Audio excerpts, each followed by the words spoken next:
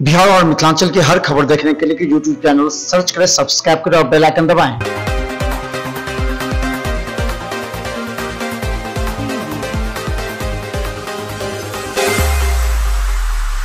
संक्रमण काल में सरकार ने छात्र छात्राओं को राहत तो दी, 12th और 10th की परीक्षा बिना परीक्षा लिए हुए पास करा, लेकिन अब सवाल सरकार और सीबीएसई पर उठने लगे हैं। हम बता दें कि मधुबनी में एक छात्रा आज से धरना पर बैठ रही है। उसका कहना है कि स्कूल ने उसके साथ अंक की काफी कटौती की है, पैसे की मांग की है। वहीं दरभंगा के भी संत जेवियर स्कूल के करीब 10 अभिभावकों ने लिखित में दिया है कि शिक्षक और स्कूल मैनेजमेंट के द्वारा 1,000 रुपया मांगे गए, वरना उनके अंक काटे गए। लहरियासराय सेंट्रल स्कूल पर भी आरोप लगे। जब अभिभावक लहरियासराय सेंट्रल के प्रचार से पूछे तो उनका जवाब भी खामोशी से था। लेकिन बता दें, इसी बीच पब्लिक एसोसिएशन यानी कि प्राइवेट स्कूल एसोसिएशन ने बैठक कर सारा दोष सीबीएसई पर मढ़ दिया है। देखिए एक रिपोर्ट। इस बार सीबीएसई से मान्यता प्राप्त विद्यालयों को काफी झटका लगा है, क्योंकि अभिभावक और छात्र काफी आक्रोशित नजर आ रहे हैं। रिजल्ट निकलने के साथ ही जब कॉपी जांच हुई तो छात्र छात्राओं का कहना था कि स्कूल मैनेजमेंट ने काफ़ी फेरबदल कर उनके मनोबल को गिराया है।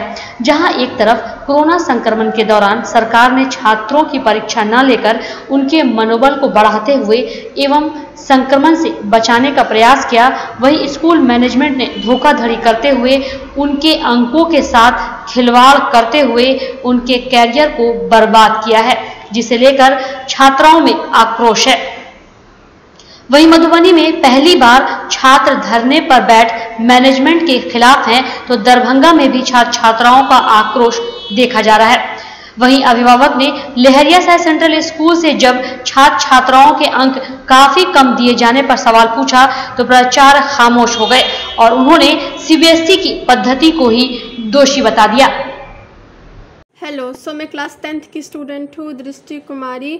मेरे बोर्ड के रिज़ल्ट आए थे जिसमें मेरे 55% आए हैं। मैं आपको बता दूँ, थ्योरी में मेरे साइंस में 80 में से 19 दिए गए हैं, मैथ्स में 22 दिए गए हैं, जो कि फ़ेल होने के बराबर के मार्क्स हैं। उसके बाद मेरे इंग्लिश में 47 आए हैं, जबकि मैं उसमें सबसे हाईएस्ट स्कोर करती थी। मैं ये नहीं कह रही कि मैं टॉपर हूँ या बहुत ज़्यादा ही पढ़ने में अच्छी हूँ, पर जिस हिसाब से पढ़ने में हूँ उस हिसाब से मार्क्स नहीं दिए गए हैं मेरे। और जब मैं जाके अपने प्री बोर्ड के मार्क्स मांगती हूँ स्कूल में कि मेरे प्री बोर्ड्स के मार्क्स दिखा दीजिए एक बार, तो प्रिंसिपल सर दिखा नहीं रहे, ना डायरेक्टर साहब। वो लोग हमें कह रहे हैं कि जाके री एग्ज़ामिनेशन दीजिए। हमें दिखाया गया कल, और उसमें मैं देख रही हूँ अपने प्री बोर्ड्स के एग्ज़ाम के रिज़ल्ट में कि मेरे 80 में से साइंस में 65 आ रहे हैं, संस्कृत में 71 आ रहे हैं 80 में से। अब यहाँ पे तो ये बोर्ड के हिसाब से मेरे हाफ मार्क्स भी नहीं हुए। और अगर आप लोग कहेंगे कि 8th के रिज़ल्ट या 9th के रिज़ल्ट, उसमें भी मेरे कम नहीं आए हैं। ऐसा नहीं है कि मेरे बहुत कम ही आ गए हैं। मैं पूछती हूँ कि मैं अब क्या करूँ, यहाँ पे मेरे पूरी लाइफ मेरी बर्बाद हो गई है। तो वहाँ पे वो लोग कह रहे हैं कि री एग्ज़ामिनेशन देने के लिए। अब मैं यहाँ इतने दिनों से बैठी हुई हूँ बिना पढ़े लिखे, या 11th की पढ़ाई कर रही हूँ मैं जाके री एग्ज़ामिनेशन दूँ, कैसे दे दूँ ऐसे?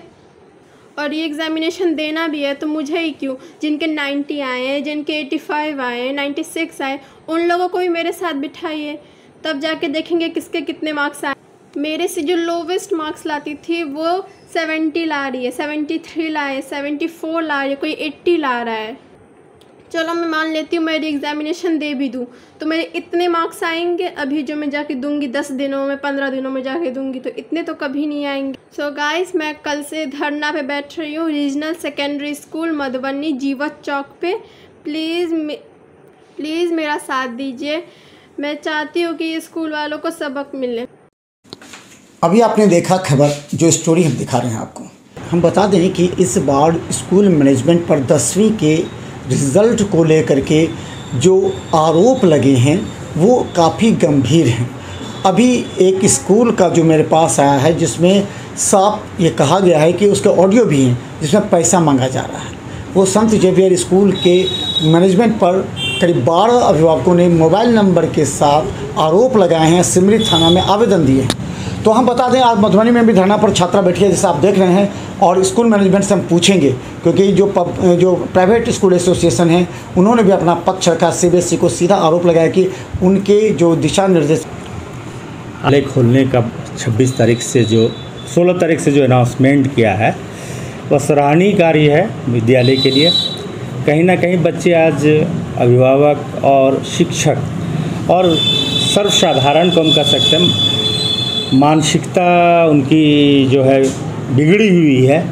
जहाँ तक CBSE के रिज़ल्ट का सवाल है तो CBSE में जो रिज़ल्ट दिया गया है, जो अखबार के माध्यम से या YouTube के माध्यम से या फिर जो भी मीडिया के स्रोत होते हैं उससे जो दिया जा रहा है या जो भी इंस्ट्रक्शन दी गई, तो सबसे पहले तो मैं कहूँगा कि CBSE को धन्यवाद दूंगा इसलिए कि उन्होंने बच्चों का 1 साल 1 सेशन को बचा लिया, और यह एक महती भूमिका CBSE की रही या हम कह सकते हैं सरकार की रही।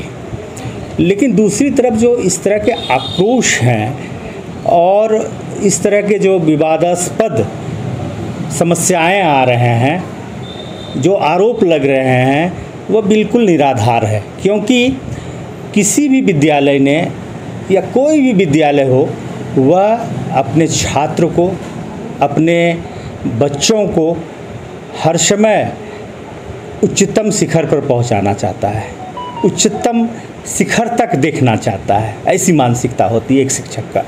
तो शिक्षक धर्म से हम अगर बढ़ते हैं तो यह हम पाते हैं कि शिक्षा जो है उसका कोई मूल्य नहीं है, कोई उसका व्यवसायीकरण नहीं है, ना कोई उसका कोई उधार ले सकता है, ना कोई उसको लूट सकता है। कहाँ से आ गया? कई मार्च देखिए, कई स्कूल के जो पर आरोप लगे हैं और आप लोगों ने बैठक भी की है, उसमें भी ये चीज़ें जो है, जो गाइडलाइंस दी गई हैं खास करके CBSE द्वारा, जो 3 सालों का रिकॉर्ड में जो उनके साथ रहा फेल पास का जो रिकॉर्ड रहा है 3 साल में, उसको उन्होंने आधार बनाया CBSE ने, और उस पर मार्किंग के लिए कंपेल किया गया स्कूलों को, मार्किंग के लिए कंपेल किया गया स्कूल कोऑर्डिनेशन कमेटी को। स्कूल ने भी मार्किंग नहीं किया है, स्कूल कोऑर्डिनेशन कमेटी में किया गया और उसको निर्धारित किया गया। तो यहाँ ना कोई डायरेक्टर, ना कोई प्रिंसिपल, ना कोई बच्चे, ना कोई अभिभावक दोषी हैं। CBSE जो है जिस तरह से गाइडलाइंस देते आते हैं, उस आधार पर हम विद्यालय वाले उस कार्य को। किस तरह निजी विद्यालय के छात्र आरोप लगा रहे हैं स्कूल मैनेजमेंट पर, क्योंकि 10वीं का रिजल्ट कोरोना संक्रमण के कारण परीक्षा तो नहीं हो पाया, रिजल्ट अवश्य आया, लेकिन रिजल्ट में जो कॉपी दिखाई गई उसमें व्यापक पैमाने पर हेरफेर है। और इसके अलावा कई स्कूल पर आरोप लगे हैं कि पैसा मांगा गया, और पैसा जब मांगा गया जो नहीं दिए उसके मार्क्स कम हो गए हैं। इसे लेकर के पूरे शहर में चर्चा का विषय बना हुआ है। हमारे साथ दिल्ली पब्लिक स्कूल के प्राचार्य हैं, जिनसे आपको ये बात सुनने को मिली। क्या मुद्दा क्या है? किस तरह? सबसे पहली बात तो है कि ये जो आरोप है ये निराधार है। सभी विद्यालय को CBSE के तरफ से जो गाइडलाइन रिजल्ट बनाने के लिए जारी किया गया था, सभी विद्यालयों ने, उम्मीद करते हैं, अक्षरशः उसका ही पालन किया है, जिसके तहत सभी विद्यालय को एक फिक्स ईयर दे दिया, रेफरेंस ईयर बता दिया गया था कि आपके विद्यालय का पिछले 3 वर्ष का जो भी रिजल्ट है उसके तहत जो रेफरेंस ईयर आपका है उसी के अनुसार ही आपको रिजल्ट बनाने हैं। उस रिजल्ट में सबसे बड़ी बात ये थी कि सभी विषय का अलग अलग एक एवरेज मार्क्स फिक्स कर रखा गया था। अब इस साल के रिजल्ट में भी विद्यालय विवश था कि उस सब्जेक्ट के एवरेज मार्क्स को इस साल के रिजल्ट के लिए भी वही रखना है। तो इसको देखते हुए अगर हम पूरा एनालिसिस करें तो निश्चित रूप से कुछ अच्छे परफॉर्मर बच्चे जो हैं उनके मार्क्स प्रभावित हुए हैं, लेकिन विद्यालय की रिजल्ट इससे ख़राब हो गई है ऐसा भी नहीं कह सकते। सभी विद्यालय के रिजल्ट को, चूँकि पिछला रिजल्ट के परफॉर्मेंस के हिसाब से ही अपने आप को रखना था, तो उसके हिसाब से सभी विद्यालय ने अपना अपना रिजल्ट बनाया है। ये एक तो बड़ी बात है कि बच्चे जो आरोप लगा रहे हैं ये आरोप निराधार दिख रहा है मुझे, बस यही है। आपको और भी दिखाएंगे, कई स्कूल के प्रचार और डायरेक्टर का हम सुनाएंगे, क्योंकि ये बहुत गंभीर मुद्दा है। अगर किसी स्कूल पर आरोप लगता है इस तरह लेकर के, तो अभिभावक और छात्र परेशान हैं। अभिभावकों ने एक मुहिम छेड़ दिया है इससे स्कूलों के खिलाफ। विवाद कहाँ हुआ है देखिए, जिस छात्र छात्राओं ने स्कूल पर आरोप लगाए हैं वहाँ अब कहा जा रहा है कि अब 15 दिन के अंदर अगर आपको लगता है कॉन्फिडेंट है तो आप एग्ज़ाम दीजिए। तो जो 6 महीना साल भर से नहीं पढ़ा वो कैसे एक बार एग्ज़ाम देगा और किस तरह मार्क? सबसे बड़ी बात तो ये है कि हम जो कहते हैं कि नहीं पढ़ा, जब हम नहीं पढ़े तो रिजल्ट के लिए क्यों इतने उत्साहित हैं? जब हमने नहीं पढ़ा, हमें गुण और संपन्नता नहीं आई, हमें विद्या का अध्ययन नहीं किया, तो जितना मिला उतना में हमें संतोष करना चाहिए क्या? और उसी को मान के हम बेस मान के चलें। अगर हाँ आगे अच्छी पढ़ाई करते हैं, हमें अगर अच्छी मेरिट है तो यह निश्चित है कि हम आगे एक्सेल करेंगे। आगे merit never goes in vain, merit कभी ख़त्म नहीं होता है, चाहे वो कोई भी क्लास हो, कोई भी वर्ग हो, कोई भी कंपटीशन हो, मैरिट ही पूछा जाता है। मार्क्स तो अब कंपल्सन है, 99.6% पास हुए, जबकि इतनी और वर्षों में नहीं रही है, रिकॉर्ड नहीं रहा है कि 99.6% बच्चे पास करते हैं। तो कहीं ना कहीं सीबीएसई ने भी इसके साथ बच्चों के साथ एक अच्छा व्यवहार दर्शाया। जहाँ भी कोई भी डिस्प्यूट है उस पे हम लोग भली भांति से तैयार हैं। अब ऑप्शन आ गया है और हम लोग उस पर एक सीबीएसई को आवेदन करेंगे, बच्चों से दिलवाएंगे, गार्जियंस नहीं, उसमें खास करके लेटर जो आई हुआ है आज उसका सर्कुलर भी आ जाएगा, कैसे कैसे क्या करना है, पोर्टल भी खुलेगा आज। तो कहीं ना कहीं वो बिल्कुल सारी बातें सामने आ जाएंगे, सार्वजनिक हो जाएगा, बच्चे और स्कूल दोनों इस पर काम कर सकते हैं। कोरोना संक्रमण के दौरान स्कूल बंद रही, परीक्षाएं बंद हो गई थी। छात्र छात्राओं के जो मानसिक स्थिति को देखते हुए सरकार ने निर्णय लिया कि उन लोगों को 3 साल के मार्क्स के आधार पर उनका रिजल्ट निकाला जाए। और ये रिजल्ट निकला तो कम से कम 20% छात्र असंतुष्ट नजर आए, क्योंकि वो अच्छे पढ़ने वाले भी थे। उन पर आरोप लगाया कि कई स्कूल मैनेजमेंट ने फ़ोन करके उन्हें कहा कि आप पैसा दीजिए तब आपके अंक बढ़ाए जाएंगे।